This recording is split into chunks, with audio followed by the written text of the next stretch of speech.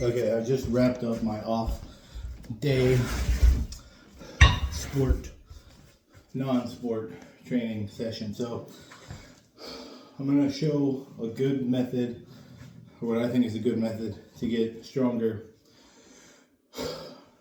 with kettlebells and working on your conditioning, okay? So it's a clean and press ladder. Now normally what you see with clean and press is they'll just tell you to do as many reps as possible in X amount of time. Or do static amount of reps, which is what I normally do. But this works better if you're trying to get stronger. Now these are 24s. I did not do this today. I did sets of 4, 30 minutes with clean and press. I did 4 reps every minute. But I do plan on getting bigger bells. And this is a good method for building strength.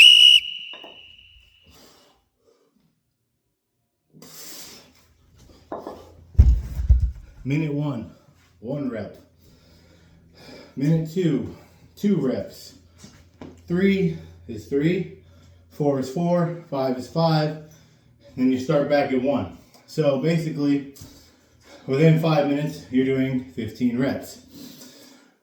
You repeat that, and you will add strength easier. Why is this better than doing static reps?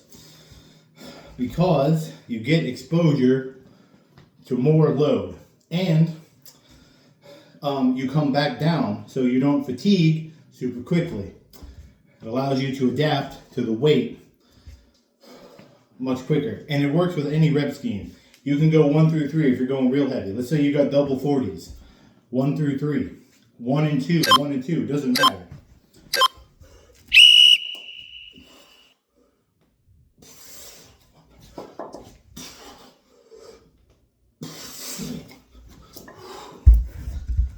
This is a similar method when I was doing my powerlifting program over the summer. And yeah, I put up some of the footage from that. You guys see me do, what was it, 275 I think for 20 on squats. So yeah, this method works. And I never showed it off. It's applicable to kettlebells as well, obviously. And I feel like this method is better than doing something like, I don't know, as many reps as possible in a given amount of time.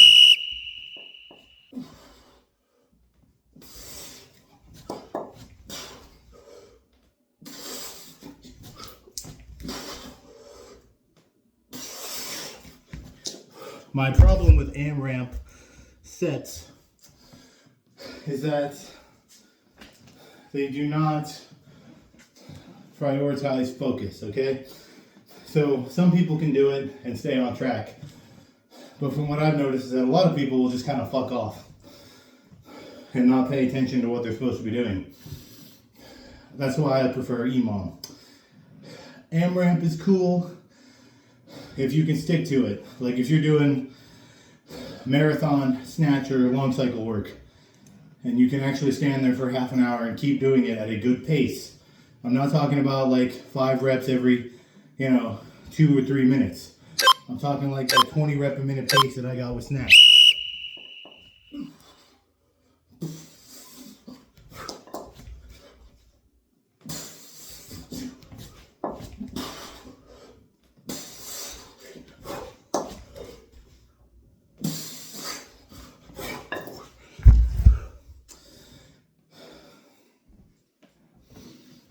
So you do this, it's every 15, every 5 minutes you're getting 15 reps.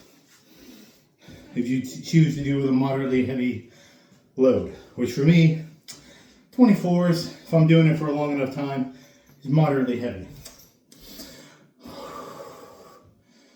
Like I said, if you're going real heavy, just go 1 through 3, or even 1, 2, until you get stronger. This is a much better method to get stronger with kettlebells than just trying to grind AMRAPs or static reps. Any weight, really.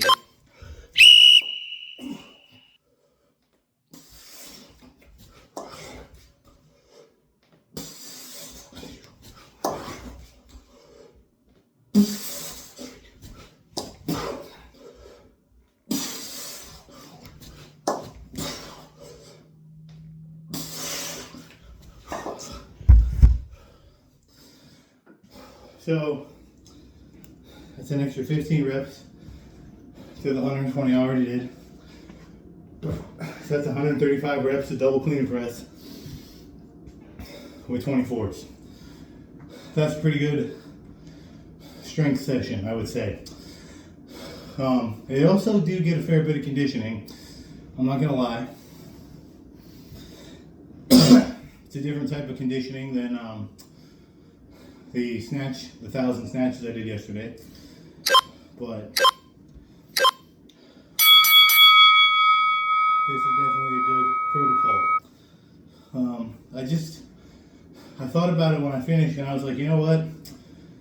I should make a video on that, because like the most popular clean and press guy is Jeff Newport, or like Dan John in the kettlebell space anyway.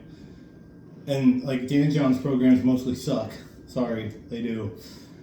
And then Jeff Newport is just like, well, hypothetically, what if you could clean and press double 40s for 10 reps? But then there's no real roadmap to get there. It's just like AMRAP. If you look at all of his programs, it's an AMRAP. Or it's like the Wolf, where you do 6 reps and you just throw in a bunch of front squats. Like, yeah, it's going to burn, but it's not going to help you get stronger. Not really, because you're building up too much fatigue. To get strong, you do not want fatigue. And that's why I like this ladder. You start at 1 rep, and then you gradually add reps to the ladder. And then you come back down. And then you gradually build it back up. That's how you get strong. Routine exposure to heavier loads for very moderate reps. I like the 1 through 5 method. Sometimes you go 8, but you know, we're training moderate weight here. We're not going max weight. Moderate weight, consistent exposure a few times a week. When I was bench pressing 4 times a week. And it worked. I got my bench up to like 255 or some shit. But I mean, I still suck at bench press. But you get the point. This is a good method to actually build strength. And it applies to barbells and kettlebells. Because you can do the same damn thing in the gym. You set up a timer and then you just hit it. This is not how you max out. It's to build strength. To build strength, you want the moderate weights. You do not go for your heaviest weight. So yeah, it's really that simple. All the convoluted programming is just designed to sell you shit that you don't need. If you're a healthy dude, you don't need much of a trainer. You shouldn't need a trainer for more than, unless you're doing something super technical or you're an athlete. But if you're just a general wannabe gym bro, you don't need a trainer longer than 2 months. Maybe 3, tops. That's about it. And you don't need to buy these programs that people sell, because it's that simple. And if your goal is muscle building, first of all, don't use kettlebells. Go to the gym, use barbells, dumbbells, and machines. And then lower the weight even more and increase the reps. It's that simple. Throw in some heavy work. You cannot do all rep work. You do want some heavy reps. Like I said, I like 1 through 5 if I'm trying to gain strength. And then sometimes the 8 to 12, you want a couple sets of that.